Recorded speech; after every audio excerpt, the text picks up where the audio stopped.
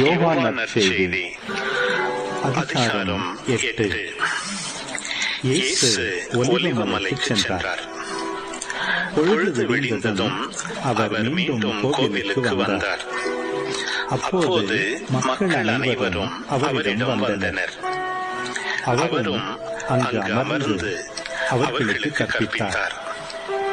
மறைநூல் அறிஞரும் பரிசேயரும் விபச்சாரத்தில் பிடிபட்ட ஒரு பெண்ணை கூட்டிக் கொண்டு வந்து நடுவில் நிறுத்தி, போதகரே, இப்பெண் விபச்சாரத்தில் கையும் மெய்யுமாக பிடிபட்டவள். இப்படிப்பட்டவர்களை கல்லால் எறிந்து கொல்ல வேண்டும் என்பது மோசே நமக்கு கொடுத்த திருச்சட்டத்தில் உள்ள கட்டளை. நீர் என்ன சொல்கிறீர் என்று கேட்டனர். அவர் மேல் குற்றம் சுமத்த ஏதாவது வேண்டும் என்பதற்காக அவர்கள் இவ்வாறு கேட்டு சோதித்தார்கள். இயேசு குனிந்து விரலால் தரையில் எழுதி கொண்டிருந்தார். ஆனால் அவர்கள் அவரை விடாமல் கேட்டுக் கொண்டிருந்ததால் அவர் நிமிர்ந்து பார்த்து, உங்களுள் பாவம் இல்லாதவர் முதலில் இப்பெண் மேல் கல்லெறியட்டும் என்று அவர்களிடம் கூறினார். மீண்டும் குனிந்து தரையில் எழுதி கொண்டிருந்தார். அவர் சொன்னதை கேட்டதும் முதியோர் தொடங்கி ஒருவர் பின் ஒருவராக அவர்கள் யாவரும் அங்கிருந்து சென்று விட்டார்கள். இறுதியாக இயேசு மட்டுமே அங்கு இருந்தார். அப்பெண்ணும் அங்கேயே நின்று கொண்டிருந்தார். இயேசு நிமிர்ந்து பார்த்து, அம்மா, அவர்கள் எங்கே? நீர் குற்றவாளி என்று எவரும் தீர்ப்பிடவில்லையா என்று கேட்டார். அவர், இல்லை ஐயா என்றார். இயேசு அவரிடம், நானும் தீர்ப்பு அளிக்கவில்லை, நீர் போகலாம், இனி பாவம் செய்யாதீர் என்றார்.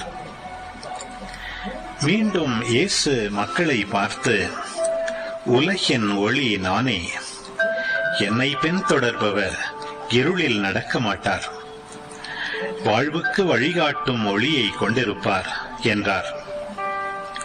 பரிசேயர் அவரிடம், உம்மை பற்றி நீரே சான்று பகர்கிறீர், உம் சான்று செல்லாது என்றனர். அதற்கு இயேசு, என்னை பற்றி நானே சான்று பகர்ந்தாலும் என் சான்று செல்லும். ஏனெனில் நான் எங்கிருந்து வந்தேன், எங்கு செல்கிறேன் என்பது எனக்கு தெரியும். நான் எங்கிருந்து வருகிறேன், எங்கு செல்கிறேன் என்பது உங்களுக்கு தெரியாது. நீங்கள் உலக போக்கின்படி தீர்ப்பு அளிக்கிறீர்கள். நான் யாருக்கும் தீர்ப்பு அளிப்பதில்லை. ஆனால் நான் தீர்ப்பு வழங்கினால் அத்தீர்ப்பு செல்லும். ஏனெனில் நான் தனியாக தீர்ப்பு வழங்குவதில்லை. என்னை அனுப்பிய தந்தையும் என்னோடு இருக்கிறார். இருவருடைய சான்று செல்லும் என்று உங்கள் சட்டத்தில் எழுதியுள்ளது அல்லவா? என்னை பற்றி நானும் சான்று பகர்கிறேன், என்னை அனுப்பிய தந்தையும் சான்று பகர்கிறார் என்றார். அப்போது அவர்கள், உம் தந்தை எங்கே இருக்கிறார் என்று கேட்டார்கள். இயேசு மறுமொழியாக, உங்களுக்கு என்னையும் தெரியாது, என் தந்தையையும் தெரியாது. என்னை உங்களுக்கு தெரிந்திருந்தால் ஒருவேளை என் தந்தையையும் தெரிந்திருக்கும் என்றார். கோவிலில் காணிக்கை பெட்டி அருகிலிருந்து இயேசு கற்பித்துக் கொண்டிருந்த போது இவ்வாறு சொன்னார். அவரது நேரம் இன்னும் வராததால் யாரும் அவரை பிடிக்கவில்லை. இயேசு மீண்டும் அவர்களிடம், நான் போன பின் நீங்கள் என்னை தேடுவீர்கள். நான் போகும் இடத்திற்கு உங்களால் வர இயலாது. நீங்கள் பாவிகளாகவே சாவீர்கள் என்றார்.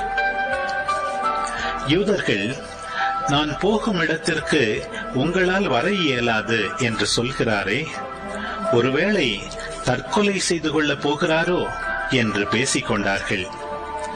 இயேசு அவர்களிடம், நீங்கள் கீழிருந்து வந்தவர்கள், நான் மேலிருந்து வந்தவன். நீங்கள் இவ்வுலகை சார்ந்தவர்கள், ஆனால் நான் இவ்வுலகை சார்ந்தவன் அல்ல. ஆகவேதான் நீங்கள் பாவிகளாகவே சாவீர்கள் என்று உங்களிடம் சொன்னேன். இருக்கிறவர் நானே என்பதை நீங்கள் நம்பாவிடில் நீங்கள் பாவிகளாய் சாவீர்கள்